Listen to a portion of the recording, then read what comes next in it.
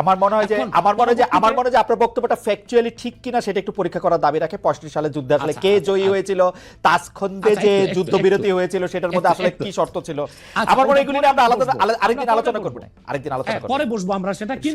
কিন্তু ভারত কখনোই আমাদের বাংলাদেশ একটা স্বাধীন সার্বভৌমত্ব রাষ্ট্র হিসেবে টিকে থাকুক এই জন্য সে সহায়তা করেনি। আবার গ্লোবাল পলিটিক্স আমরা যদি দেখি, তখন পাকিস্তানের পক্ষ নিয়েছিল আপনার আমেরিকা, আর ভারতের পক্ষে ছিল রাশিয়া। সেইভাবে আসলে ভারত পাকিস্তান এই বাইনারিতে বাংলাদেশকে আসলে আমি একটু বলি এটা, কারণ এটা নিয়ে আর কথা বাড়ানো যাবে না। ডক্টর আব্বাস, আমি বলি একটু একটা পর্যায়ে যাই আমি। তো রাশিয়ার পক্ষ নিয়েছিল, আর সবসময় ভারত তো কোনো শক্তি না, এটা রাশিয়ার লেসপেন্সারগিরি করে, আর এখন আমেরিকার লেসপেন্সারগিরি করতেছে। এই জন্য তারা মূলত সদিচ্ছা নিয়ে বাংলাদেশকে সহযোগিতা করেনি 71 সালে। সেজন্য 6000 কোটি টাকার অস্ত্র তারা চুরি করে নিয়ে গেছিল, এবং সেজন্য স্বাধীনতা যুদ্ধে নিয়াজি পরাজয় স্বীকার করা দরকার ছিল আমাদের ওসমান গনির হাতে, তার কাছে না করে ভারতীয় সেনাপ্রধানের কাছে করবে কেন, ওসমানীর কাছে কেন করে না? এসব থেকে বোঝা যায় ভারত একটা আক্রোশ থেকে এবং তার রাজনৈতিক উদ্দেশ্য অর্জন করার জন্য স্বাধীনতা যুদ্ধে আমাদেরকে সহায়তা করেছিল। পরবর্তীতে সে কি না করেছে, ফারাক্কা বাদ দিয়েছে।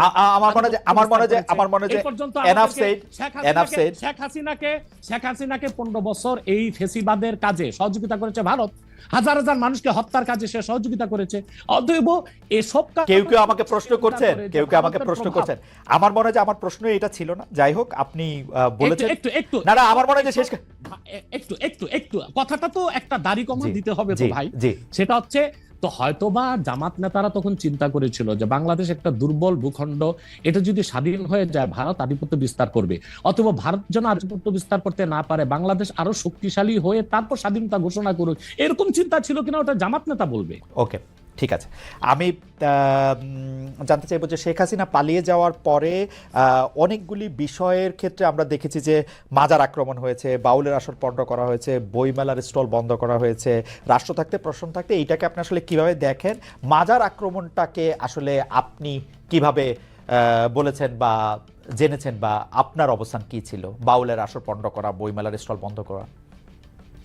দেখুন, এখানে যারা মাজারে হামলা করেছে তারা কারা আমি জানি না, বরং আমার কাছে কিছু অথেন্টিক সোর্স থেকে নিউজ এসেছে যে অনেকগুলো মাজারে ছাত্রলীগের কর্মীরাই টুপি লাগিয়ে হামলা করেছে।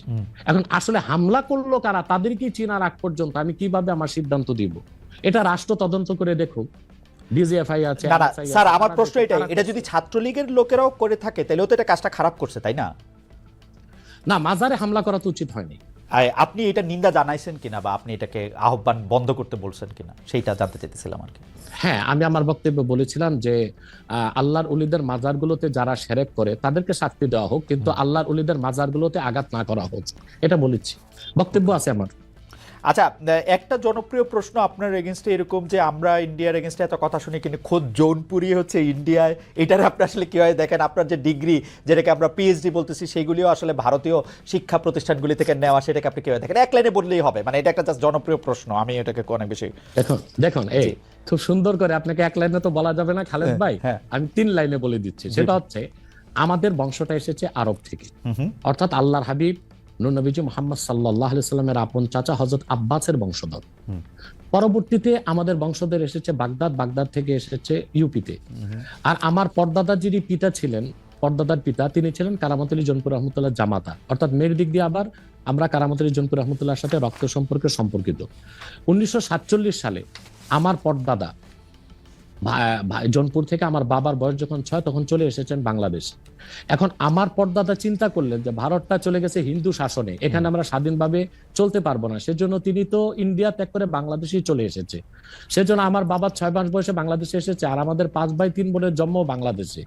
অতএব এই জন্য ভারতের বিরুদ্ধে আমি বলতে পারবো না, সেটা কোনো কথা নেই। কিন্তু আমার প্রশ্ন হচ্ছে যে শেখ মুজিবের মায়ের বাড়ি কোথায়?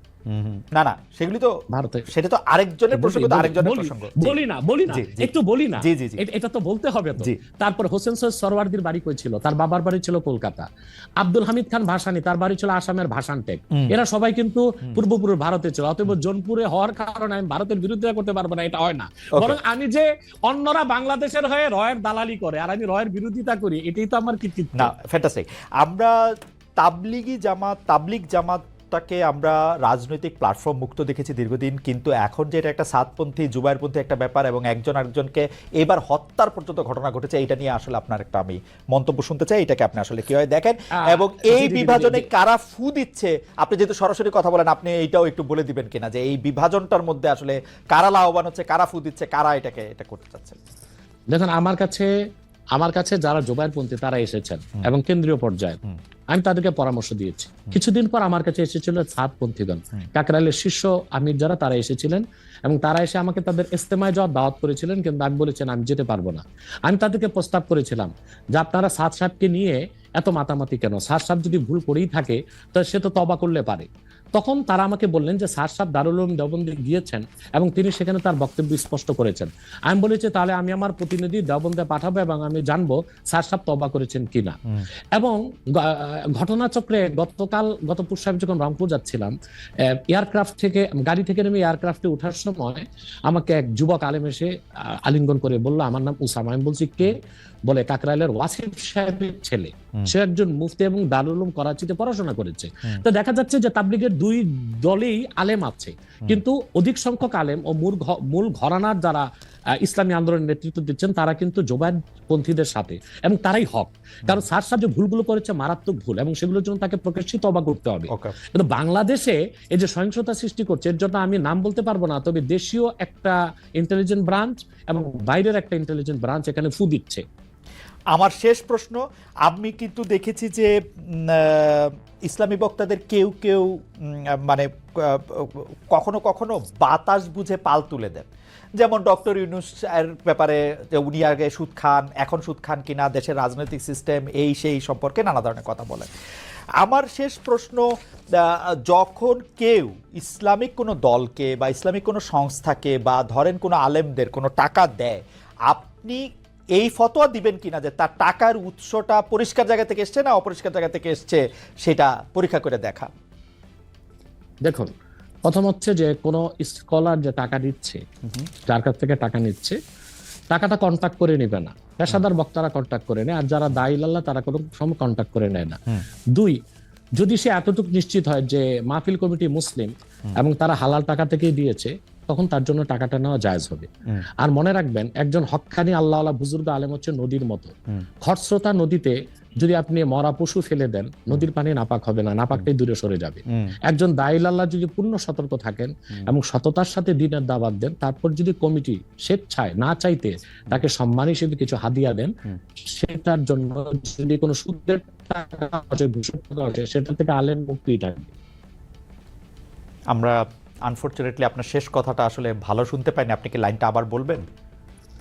জি, আবার বলছি যে একজন বক্তা যখন কন্ট্যাক্ট করে টাকা নেয়, যেমন দেশে কিছু বক্তা আছে যে আমি প্রোগ্রামে আসবো, আমাকে 1 লক্ষ টাকা দিতে হবে, এইভাবে টাকা নেওয়াটা শরীয়সম্মতভাবে ফাতওয়ায় ঠিক হলেও তাকওয়ার খেলাফ। সেজন্য যারা কন্ট্যাক্ট করে টাকা নেয় না তারাই দায়ী ইলাল্লাহ, পেশাদার বক্তা নয়। আমার মতো বহুত আছে বাংলাদেশে মুহাক্কিক আলেম যারা কখনো কন্ট্যাক্ট করে টাকা নেয় না। দ্বিতীয় হচ্ছে, কন্ট্যাক্ট করে টাকা নেওয়াটা হারাম নয়, ফাতওয়ায় জায়েজ, কিন্তু তাকওয়ার খেলাফ, উত্তম না অনুত্তম কাজ। যেমন একজন ইমাম সাহেব মসজিদে নামাজ পড়িয়ে টাকা নিচ্ছে, মাদ্রাসায় একজন শিক্ষক পড়াশোনা করে টাকা নিচ্ছে, একজন ওয়াজ করে টাকা নিচ্ছে, সে পেশাদার বক্তা, এটা হারাম নয় কিন্তু তাকওয়ার খেলাফ। এখন টাকাটা কোন উৎস থেকে আসলো এটা দেখতে যাওয়ার দরকারটা কি? কোন ইমাম সাহেব যে ইমামতিতে যে বেতন নেয়, কমিটির সবাইকে হালাল টাকা তাকে দিচ্ছে না তো, অথবা সেটার দায় যিনি দিচ্ছেন তার। একজন দায়ীল আল্লাহ হক্কানি আলেম হচ্ছে খরস্রোতা নদীর মতো। নদীতে যেমন আবর্জনা ফেলে নদী নাপাক হয় না, আবর্জনাই সরে যায়। একজন আল্লাহওয়ালা বুজুর্গ ব্যক্তির কাছে অনিচ্ছায় যদি কোনো সুদের টাকা ঘুষের টাকা আসে, নাপাকটা সরে যাবে, আল্লাহ থেকে হালালের উপরে রাখবে। এটা অনেক মানুষকে অনেক দুষ্কর্ম করতে উৎসাহ দিবে কিনা এটা কেউ প্রশ্ন করতে পারেন, কিন্তু আমাদের আজকের আলোচনা আমরা আর বাড়াবো না।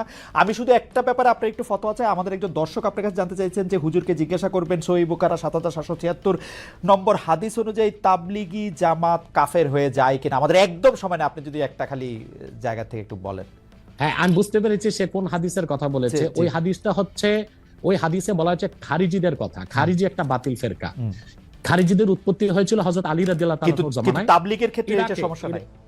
তারা তো খারিজি না, আচ্ছা। তা তো দেওবন্দ থেকে, দেওবন্দ থেকে। ওকে। হ্যাঁ, তাদের আকীদায় ও কাজকর্মে কিছু ত্রুটি আছে, সেটা আমরা ধরছি, কিন্তু হাদিস শরীফে যেটা বলা হয়েছে ওটা খারিজিদের কথা। Okay. তাদের উৎপত্তি হযরত আলীর যুগে, এবং এটা ইরাকের হারুনা নামক এলাকায়। Okay. তাদেরকে হযরত আলী রাদিয়াল্লাহু আনহু 3 বার বুঝাবার জন্য আব্দুল্লাহ ইবনে আব্বাস রাদিয়াল্লাহু তাআলা আনহুমাকে পাঠিয়েছিলেন।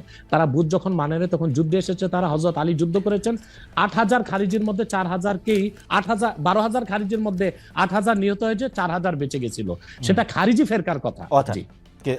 আপনি পরিষ্কার করেছেন এটা। ডক্টর এনায়েতুল্লাহ আব্বাসী, মুফতি এনায়েতুল্লাহ আব্বাসী, আপনাকে অনেক ধন্যবাদ। আপনি আমাদের অনেকগুলি প্রশ্নের জবাব দিয়েছেন, ধৈর্য ধরে অনেকক্ষণ ছিলেন আমাদের সঙ্গে। আমাদের অনেক দর্শক আপনাদেরকে দেখেছেন, অনেক প্রশ্ন করেছেন, অনেক প্রশ্নের জবাব নিশ্চয়ই পেয়েছেন। আপনাকে আমাদের সবার পক্ষ থেকে আন্তরিক ধন্যবাদ জানাতে চাই এবং আজকের অনুষ্ঠান এখানে শেষ করছি। দর্শক, আবার দেখা হবে পরের অনুষ্ঠানে।